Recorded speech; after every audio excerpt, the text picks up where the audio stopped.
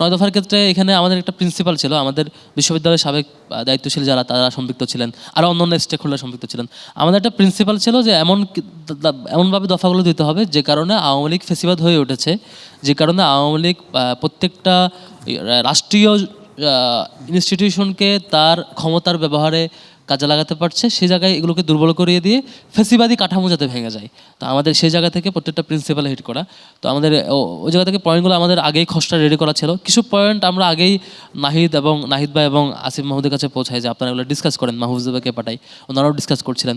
কিন্তু যখন ইন্টারনেট বন্ধ হয়ে গেল হঠাৎ করে, তখন আমরা যোগাযোগ করতে পারছিলাম না তাদের সাথে, তাদের মোবাইল হয়তো বন্ধ হয়েছে, মানে কোনোভাবে যোগাযোগ করতে পারছিলাম না। তখন আমাদের প্ল্যান ছিল যেহেতু ফার্স্ট লেয়ারের সমন্বয়করা আমাদের কমিউনিকেশনের বাইরে, এখন সেকেন্ড লেয়ারে যা তাদেরকে ফোন দেই। তখন আমরা ওই দিন সম্ভবত শুক্রবার ছিল, আব্দুল কাদেরকে ফোন দেই যে আমাদের তো এখন গভর্নমেন্ট চেষ্টা করছে যে কাউকে আলাদা করে কনভিন্স করে আন্দোলনটা থামায় দেওয়ার, যেহেতু শহীদ হয়েছে অনেকে, এখন আমাদের এই শহীদদের বিচার আমাদের লাগবে। তো যারা যেখানে জড়িত রাজনৈতিক সংগঠন এবং প্রশাসন যারা জড়িত তাদের বিচার আমাদের জরুরি এবং এটার একটা সমাধান আমাদের দরকার।